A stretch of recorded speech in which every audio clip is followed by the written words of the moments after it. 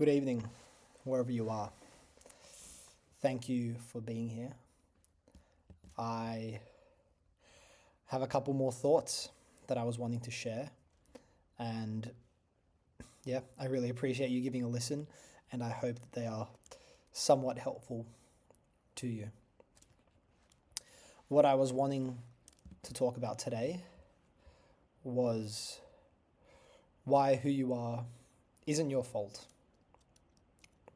Why I don't think you're to blame or you should feel guilty at all for the person that you are, but why I still think that you can have the ability to shape who you become. Worth acknowledging that these are not really original thoughts, probably just a cheap knockoff of something Gabor Mate once said in some random podcast, but alas, trying to formulate what I think, and I've written out a little something, and I hope it's interesting, but here it goes. So, Fred Rogers, he was a children's television presenter in America on a station called PBS, and he's one of the few true masculine role models who I've ever come across. And he said something that stuck with me since when I first heard it. He said, "It's you I like. It's not the things you wear. It's not the way you do your hair, but it's you I like. The way you are right now, the way down deep inside you." This is part of some lyrics to a song that he wrote, but something about this message really resonated with me. And I think that it's wholly true. I think that every person has the capacity to truly see themselves and others in this light. And I don't mean to like someone in a very egocentric way or a way that dismisses, things that they have or haven't done, but in a way that allows us to feel more connected to ourselves and others, to acknowledge why they are the way they are, and that allows us to see people as whole, to see ourselves as whole, and to really appreciate that. I think it's the absence of this sense of wholeness, of this sense of compassion and self-compassion, which is the root cause of all insecurity, and this is the root cause of all that we call evil in this world. Now, I'm dropping some big things here, but hopefully I kind of cover it as we go. But I'm thinking that in order for us to see the truth of what Fred Rogers was saying and to truly appreciate ourselves and others, as well as to really acknowledge, what goes wrong in people, what we need to do is to understand why we are the way we are, why we feel the way we feel about ourselves, and where the parts of us that are hard to love come from. Herein, I want to talk about what makes you who you are, and not only the person who wears the mask and performs on a daily basis, but the person that you truly are or are truly becoming, if such a thing exists. But let's see what I have to say. So, to begin, what you didn't have a choice over. So why is it important to understand what makes you who you are? The reason is because we've become, in general, in my experience anyway, a very unfair, harsh, and critical set of human beings. We often blame ourselves and take responsibility for things within us that we have little to no control over. And additionally, we find parts of ourselves unlovable when we really have no need to. We fight and scramble to change who we are, to self-develop, to improve, when the reality is that who you are is largely out of your hands. Who you are is largely out of your control.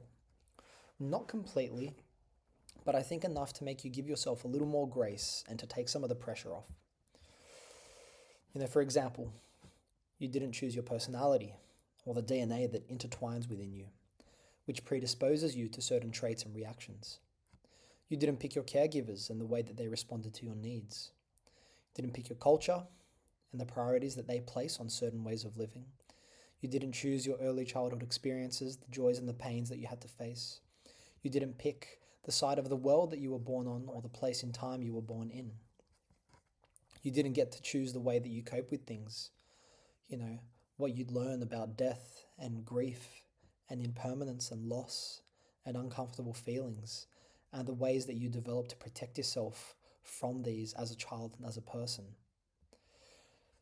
And you didn't get to choose the messages that your brain has been bombarded with since the moment you were born. So we have all of these forces,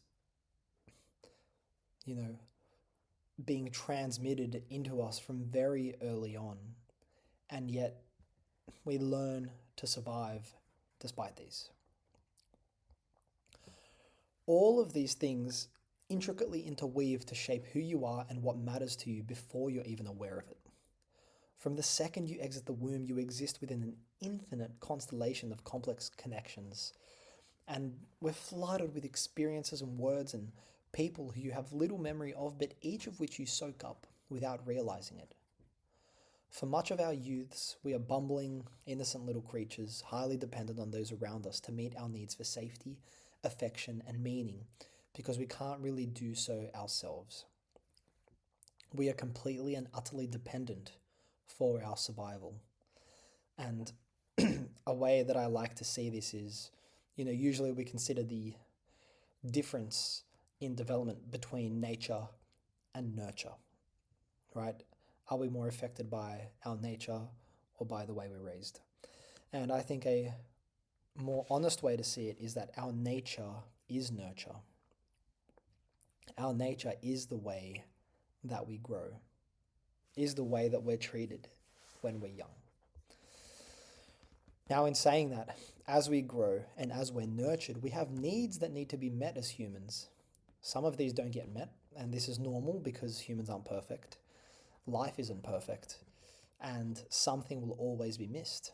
And this is just the nature of being human. We can't get it all right. But what happens is that as children, we then develop coping strategies and protective mechanisms in order to meet those needs that others didn't in order to survive. That is the repertoire of coping strategies that your brain developed. Okay? Different ways to manage what's happening in life. For example, these aren't always good or bad, but the attempt is for them to be protective. For example, numbness, to avoid managing uncomfortable emotions. People pleasing, to gain a sense of safety. Perfectionism, to feel a sense of worthiness. Or perhaps laziness as a response to the overwhelming nature of our modern existence. Our brains and our bodies develop unique ways of keeping us safe. At least, that's the intent. The brain and the body is trying to protect us. And so as our brain develops and we gain the ability to apply labels and thoughts to ourselves and who we are, the strategies and behaviors that we initially came up with become habits that not only reflect our feelings, but reflect our thoughts. Our brains, as very intelligent at times organisms, come up with internal scripts that mirror the behaviors and feelings that we have, because the brain tries to make sense of what we're doing. The brain is trying to come up with a script to apply words to our feelings and behaviors that allows us to feel a sense of harmony in ourselves. And these scripts help short-term survival, but in adulthood, they can begin to suffocate us because the methods that we first had to protect ourselves stop being so helpful. For example, the brain might tell us something like, I must perform in order to be loved. If I open up, I'll be rejected. Or I have to appear strong, otherwise I won't be accepted. And if I think of myself, it's probably something like, I have to be perfect in order to be good enough, right?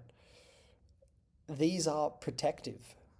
The brain tries to make sense of our behaviors and of the messages that we inherited growing up in order to create a sense of equilibrium and thus wholeness within us. In the short term, the brain is trying to be helpful, but over time we find that these coping mechanisms cause us more distress than anything and begin to hurt us more than they help us. So, we're foraying into human development, and we're saying that you emerge from childhood as a teenager, an adolescent, a young adult, as a combination of all that came before, all that has seeped into you, and the ways that you've tried to protect yourself, combining as a unique and complex individual. All right, so we're at a point in development where you've experienced all these things and you're becoming unique and complex, and more so over time. And then, sadly, what happens is that we learn that we are unlikable, and we learn that we are not good enough. So not only are we already a pattern of coping strategies, thoughts, feelings, protective mechanisms that may or may not be helpful, but we emerge with these into a world that has expectations, standards, priorities, beliefs that you didn't have any part in creating. Right? Any child who desires love, play, freedom of expression is going to struggle to sit in a classroom for hours upon hours during the day. Any human who has hopes and dreams and passions is going to struggle engaging in what we call the rat race and working 40-hour weeks. Any person with more than an inkling of humanity will struggle to find meaning in the endless pursuit of material possession and the constantly shifting goalposts that always end in dust. But we must put on masks to fit in, because that is what the systems require. We're dissatisfied with the system internally, but externally, money must be made, bills must be paid, and the show must go on, because that's the script. That's the way things are, right? That is the way things are. You're not at fault for any of this. If you're struggling, I don't believe that you're to blame. I believe that you're not to blame. If you're dissatisfied, that isn't on you. There are bigger forces at play. And even more importantly, beyond these systemic forces, we have to look at you as an individual. If there are parts of yourself that you dislike, I don't think that this is a reflection, a genuine reflection of those parts. I think that this dislike is something that we are taught. We don't have any fundamental need or reason to turn any part of ourselves away. But we live in a culture that breeds a desire to constantly improve and to leave parts of ourselves behind. We're taught that we're not good enough and that we have to endlessly strive for more. We are taught that we can and must be better, that we aren't likable enough and that we have to change to fit in. These are symptoms of a culture suffering from shallowness, hollowness, a harsh and critical shell of a society that breeds harsh and critical humans who don't accept themselves for who they are. This message is given because it keeps people striving, pursuing, wanting more and more, keeping the system going, keeping the people with something to work for and to distract themselves with, even if it is completely meaningless and arbitrary and like sand slipping through our fingers. We are fed an illusion and we bite and swallow because we think it means something, when in reality it just causes us to further disconnect from ourselves and from others. Every single part of you and within you can, and I think not only should be, but has to be acknowledged and accepted. It doesn't mean that we have to approve it. It doesn't mean that we have to listen to it and live our life by it. But there's no room for hate or for dislike, especially when it comes to ourselves. If we turn away from any part of ourselves and repress it, we're doomed to see it reappear in ways that we're going to have less control over in the future. Carl Jung is a psychologist who talked a lot about this and said that we have to face and acknowledge all parts of ourselves in order to be whole human beings without turning anything away. Or else what happens is, and I think we have a great image of this in our modern day society, is that people and things become very hollow. Hollow people drowning in insecurity and hate. These are people who are victims of the system, but who perpetuate the traumas that they have faced onto others, projecting their own internal worlds onto those around them. Now, this isn't to say, again, that you have to act on every impulse. But what it means is that we have to at least hear and acknowledge what we're being told by our own bodies and minds to allow it to pass in a healthy way and to have a healthy relationship with it. Okay? So, what can we do with that? It's a lot of information. And, we are so complex and unique, and we're little creatures, and we've had a million messages blasted into the fiber of our beings from a young age, and we're thrown into a world of values, beliefs, and norms that we have no choice over. And this is an intimidating start. And for me, I got to acknowledge that, what I am spouting right now and what I am talking about is not even really mine, is it? These aren't my unique beliefs. Perhaps I'm just parroting, a connected fabric of messages that I've just mashed together and learned over time. Maybe. Or maybe there's something original in this, I don't know. But despite that, I don't think that it's a hopeless situation.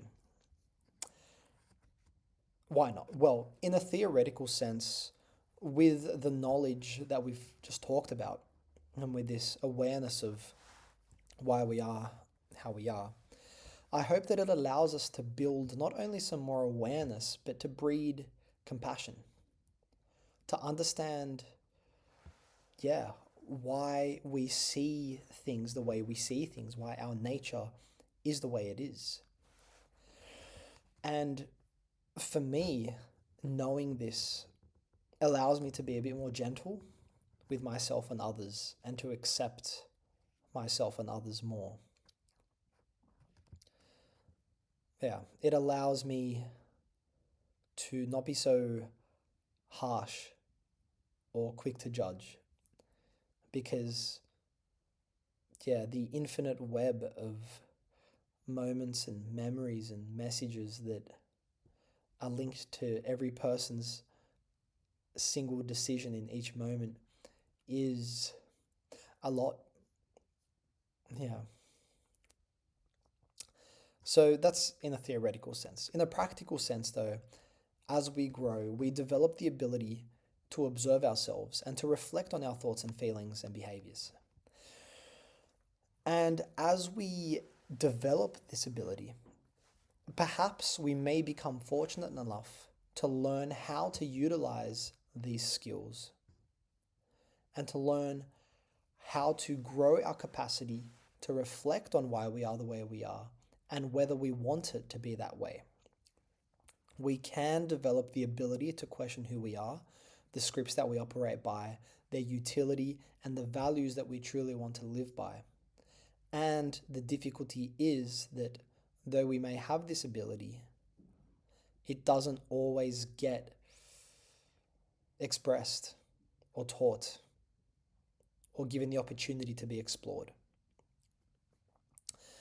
Because if we're fortunate enough to have the opportunity to reflect on ourselves, to critically think, which I think largely comes from a place of a privileged education, and isn't accessible to everybody because it's not something that's taught. But if we do have this opportunity, we learn that there are things that do truly fill our hearts, that allow us to feel authentic and genuine and full and whole and connected to ourselves and those around us. Ways that we can express the things that make us who we are, based on our biology and our experiences, whatever it is, that there are ways that we can express our being and be ourselves that make us feel whole and feel connected. Whether those things that make us feel this way are truly ours, or belong to some message that we received from someone else long ago, we won't know. And I think that's okay.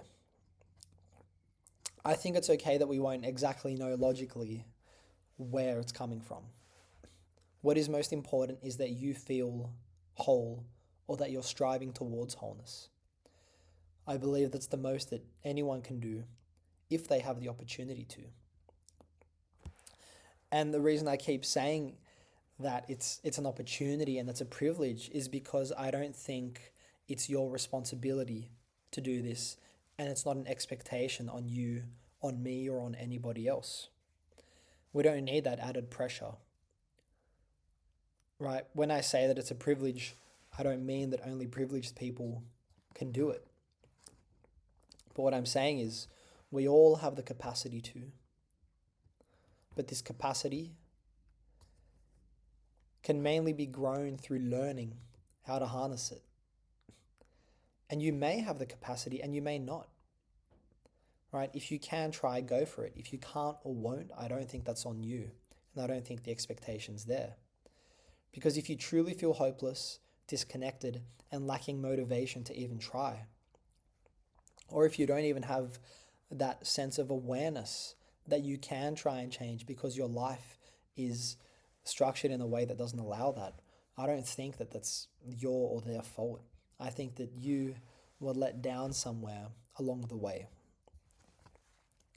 Right? We're social creatures that must rely on each other, but we also let each other down. And at the same time, those letting you down were also let down by others.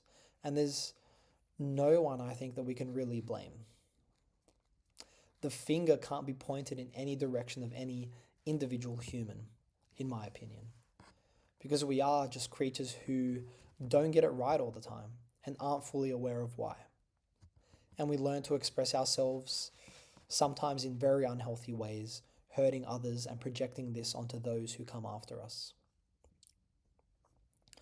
So anyway, massive ramble, but in sum, what am I trying to say? What does it mean to become who you are? In my view, it means being able to identify the forces that have impacted you as much as possible. The messages and beliefs that you take for granted, the feelings you have, the behaviors you have, and to adjust your relationship to these in such a way that allows you to feel whole, to feel full, connected, integrated, authentic, and lovable in an ultimate sense. Who you are, as a question, I think can only be answered with the response of mystery. Who you are is a mystery, but what I think and what I believe is that what you are is an unfolding process of becoming, never stopping as a being. You're always becoming, and in my view, endlessly striving and becoming more whole and authentic whilst feeling connected to oneself and others sounds about as good as it gets for a human being. To access the depth of being human seems an opportunity worth engaging with if one has the opportunity or desire. Okay, now I've spoken a lot about our capacity for change and why we are the way we are and accountability. And now I think it's worth talking a little bit about evil and moral responsibility and human nature. So I don't believe that humans are all good or all bad. I don't think these words are really meaningful in the context of what I'm talking about. I think that humans have the capacity to move towards wholeness or to move towards emptiness. And in emptiness lies all human acts that we call evil. I believe that nearly all misdeeds and actions that harm others, desire for violence or abuse, comes from some kind of early childhood trauma that is then projected onto others because that individual never learned how to address their uncomfortable feelings, so they are left to make others feel the same way that they feel. These people these perpetrators, they aren't responsible for who they are, but they're still accountable for their actions. There's a grey area between free will and determinism that I don't think I as a person am fully capable of grasping. But what I can see is that even if an evil person, taking them as an actor on stage, has had their lines pre-written, they are still the individual presenting those lines and carrying out those actions. This here requires an and instead of a but, acknowledging that they may be victims of their own circumstances and at the same time that they're perpetrators. One doesn't outweigh the other when observing the actions of others. It's pitiable to see these people steeped in insecurity, judgment, hate, and projection of their own internal worlds onto others. It's sad how they've been let down, and at the same time, actions have consequences, and we can acknowledge why a person is the way they are without accepting and dismissing their actions. And now I think the same goes for you and me in a general sense. We are accountable for what we do, even though there's only so much that we can do. We're actors in our respective plays. In a way, I think you are the narrator. Even if the script has been largely written, all I think you can really do is, if you can do this, choose how you will read your lines without often knowing what is even to come next, and maybe add a word in here or there. The script is largely written. You must still get up and live every day, even if you have little control over your circumstances. Life must be lived with you at its center, and you are responsible for what you do. You do what you do, even if you largely aren't responsible for the circumstances that guided it. We have some capacity to choose, some more than others, but it is there, and people must still be held accountable for their actions, even if they don't think that they can really be blamed in a black and white sense. So I'm talking about choice, right? We have some capacity to choose, but who is it that chooses? Like, do you really choose? Do I choose? I suspect that we have some power in the matter. I don't believe, however, that there is some true self behind all this. I don't believe that we're fully determined or fully free. It always seems to come back to some complex interplay of things beyond my comprehension. We are a constellation of happening. We are a process that can't be pinned down. You are a combination of your biology, your environment, the people around you, the messages you received as a child, and much, much, much more. And in saying all this, what makes you who you are? I believe that within you, there is some kind of pulling, a force, a drive that aims to take you towards the person, a person that you can become, that encourages you to move in a certain direction.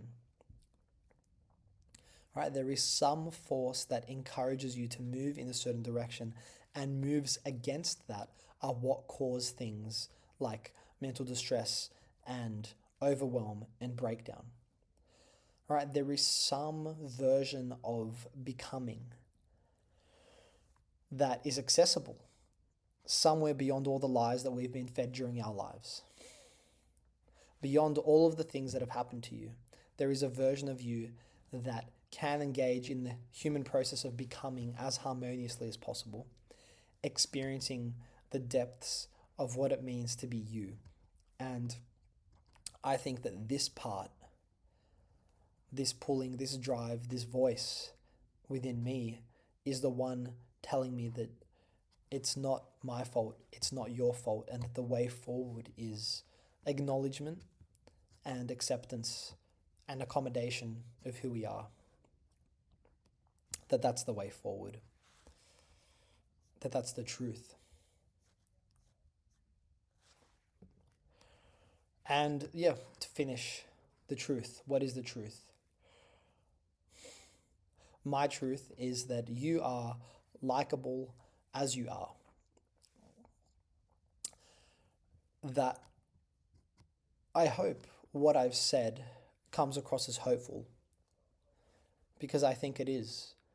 it isn't just about who you will become, right? It isn't just about the future and about changing. It's about who you are right now. And who you are by virtue of being human, right? One who gets up in the morning, gets out of bed, and carries on pushing through the sludge of everyday life, living for the brief and impermanent moments of joy and connection that we sometimes get to experience. That in itself is lovable. That takes courage. That isn't easy. And even if you can't do that, even if you can't get out of bed, if it's too hard to step out into the world, that's okay. It's hard sometimes. And that's not on you. I don't think that's on you. Despite the message that I've often seen these days telling people and teenagers and adults and kids to harden up and to stop being babies and to get on with things, that people have been pandered too much, that our lives are too easy, I don't see a place for that tough love, and I don't think that it's true. I think what this is, sadly, is a form of normalized violence, a form of emotional violence, to bully, to invalidate, to criticize. We are severely lacking in compassion, and we are lacking in our humaneness. And I believe that only only with genuine understanding and genuine support can we become the version of ourselves that we are being driven to become. In any case, that's what I'd want. That's what I'd advocate for. I'd want someone to have my back and to encourage me and to tell me that it's okay to struggle and that they understand where I'm coming from and not that I'm not good enough. To have a container to figure it out for myself and to develop, rather than being dumped on and being forced to listen to and engage with messages that hinder who I am. You are you, and who you are is likable. To be yourself is to matter and is to be enough. The way I see it is somewhat like this, right? In all of space and time, you are somehow here. You're both an infinitesimally small individual in the grand scheme of the universe, and you exist for a flicker of time, brief and certain to end, a flash of lightning in between two voids of darkness. And at the same time, within you is a universe. You are a immensely complex, rare, and unique creature, full of hopes and dreams and passions, the product of thousands and thousands of ancestors who have come before you, and you've ended up here now, watching this, in this present moment. That is you. And that is enough to make you worthy, if that's even a measure that we want to go with. It's just enough to make you enough. And if you're not feeling up to it, and if you're not resonating with any of what I said, that's okay too. It doesn't mean that you're wrong or that I'm right. It just means that this is what I've heard and experienced, and that's what you've heard and experienced, and that's okay. But I hope we can agree that change is possible and authenticity is something that can be moved towards.